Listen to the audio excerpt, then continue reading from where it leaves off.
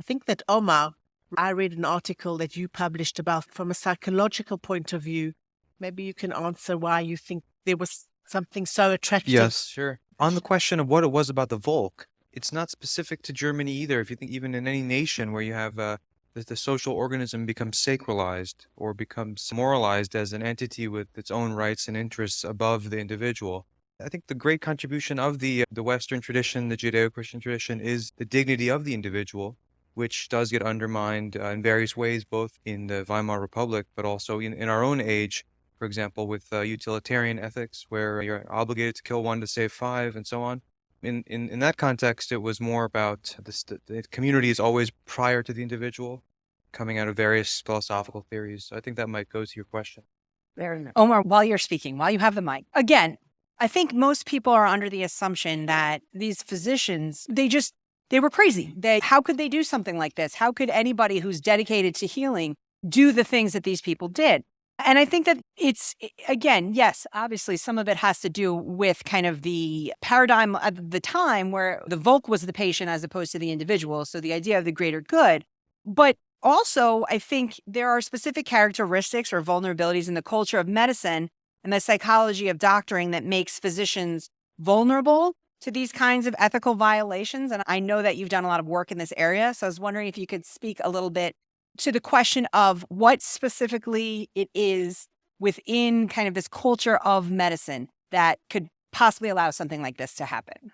Yeah, I would ask the audience to imagine what's the difference between a literature professor and a doctor in terms of personality and psychology, or a philosopher versus a doctor, right? Every profession has its own personality profile and some distribution. Obviously, everyone's unique. But if you can imagine in Germany, there are vulnerabilities. Why did the doctors join, right? You could think there's vulnerabilities specific to the profession, and there's vulnerabilities specific to from the historical context, economic context. So in terms of the profession, doctors tend to have a profile of being a little very conscientious, as do professionals and managers in organizations. So conscientiousness is good, but it also means if there's a protocol, you're going to follow it. Even if you don't really think it's the right thing to do, you might just follow it anyway. Whereas if you're a kind of introverted philosopher, English professor, you might say, conscientiousness, I'm going to do it my own way. I don't like this way anyway. These people are whatever. And then other agreeableness, thinking about personality variables, agreeableness is the variable of do you have a need to get along with people? Dissenting is tough if you're really agreeable. To be a good doctor, you have to get along with people, teams, dyads, families. To the extent that you're a little bit more agreeable than normal, you're also going to be a little more agreeable to not dissenting when you should. Now, think about your everyone been to a graduate seminar in the humanities or social science? These people are not agreeable, right? They're going to rip apart everything you say before you finish saying it. And that personality variable is important too to think about. I'd say third, maybe extroversion, because to conform, extroverted people tend to conform a little easier than introverted people. And again, doctors are a little more social than probably your average college professor. Openness to experience is a big personality variable that predicts political conservatism versus liberalism. If you're really open to experience, you might just want to try things for their own sake, try new things. And dissenting is new ideas that are dissenting ideas from kind of what you like to do will be really likely to come to your mind. Whereas if you like structure, order, predictability, you're going to be low on openness to experience. So being low on openness to experience predicts a little more conservatism. So the dissenting ideas, the idea that maybe I shouldn't do this, probably is a little less likely for the physician versus the biologist, the PhD biologist. In the same way, respect for hierarchy, anyone who's worked in a hospital knows respect for hierarchy. Hierarchy is an important way in which militaries and other hospital type organizations function, but respect for hierarchy can also be undermining of ethics if the hierarchy sucks. Those are some things I see as personality variables in doctoring, but then obviously there's stuff specific to being in the Nazi context, like things Tessa talked about with the moralization of biological explanation, even if it's pseudoscience. Doctors have a proclivity for biological explanation, and the Nazi doctrine was explicitly salvific by means of biology. And there's always something seductive to thinking our science will give us ethics. And you can see why doctors might have gone for it, because then the quintessential doctor is the leader of the country, and you yourself are, as a doctor, thinking of yourself in this glorified role, basking in reflected glory. So you imagine why. By the way, so 50% of doctors were early joiners of the Nazi Party, which is an amazing number because almost 50% of the doctors at the time were Jewish. So it's almost like 100% of the non-Jews were jumping into the party, right? Compared to any other profession. And compared to your average German male who's working, the doctors were about 7 times more likely to join. So even, especially psychiatrists. There you go. There you go. So you could imagine that there's something really particular to the ideology that attracted the doctors. Other things are, I'd say, the Nazi ideology medicalized political conflict. And so I think that's one of the lessons you take. Oftentimes it's very seductive to want to bring politics into the ethics of doctoring, but you can imagine an authoritarian or totalitarian politics undermining medical ethics, but so could a purely libertarian ideology, right? Imagine your entire politics is libertarian that can go into a hospital and make the market the ultimate arbiter of who enters into caregiving. So I think that's something you see there too in that particular context. Doctors want to fight mortality, right? Nobody goes into medicine because they don't care about mortality.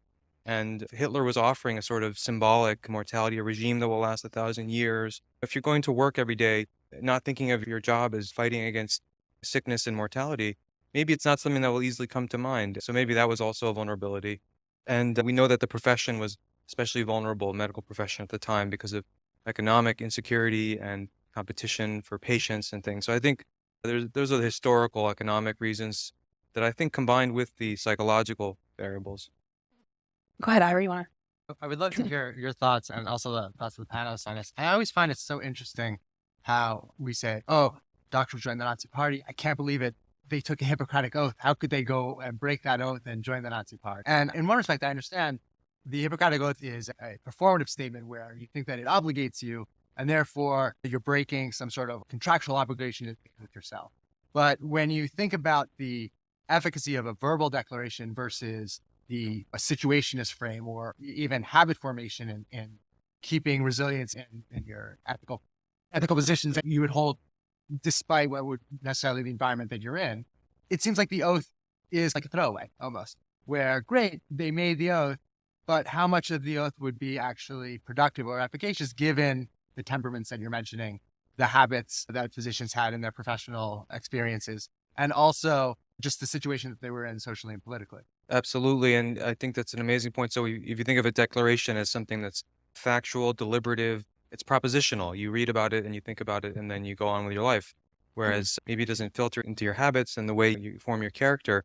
There was one very famous experiment of moral philosophers and whether they were like how often they called their mother compared to the average person or whether they held the door or their everyday ethics. And you might want to guess whether they're thinking all day about Kant and Hegel and maybe not Hegel, but Kant and Aristotle and Maimonides. And so it turns out they're no more likely to do any of those nice, kind things than any other person with similar education, age, and so on.